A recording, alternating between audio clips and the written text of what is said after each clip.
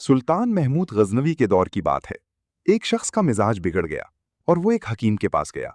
उसने हकीम से कहा, मेरे लिए कोई दवा बना दो।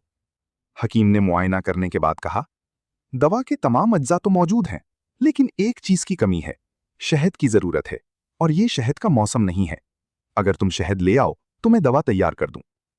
वो शख्स एक छोटी सी डिबिया लेकर निकला। उसने लोगों के दरवाजे दरवाजे खटके, लेकिन उसे कहीं शहद न मिला। हर तरफ मायूसी ही हाथ लगी। आखिरकार उसने दरबारे गजनवी में हाजिर होने का फैसला किया।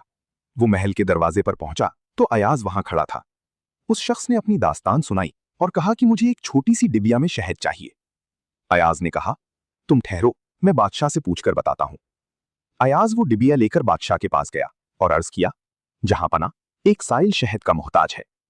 सुल्तान महमूद ने वो डिबिया लिया, उसे एक तरफ रखा और अयाज से कहा, जाओ उस शख्स को शहद से भरी 3 बड़ी डिबिया दे दो।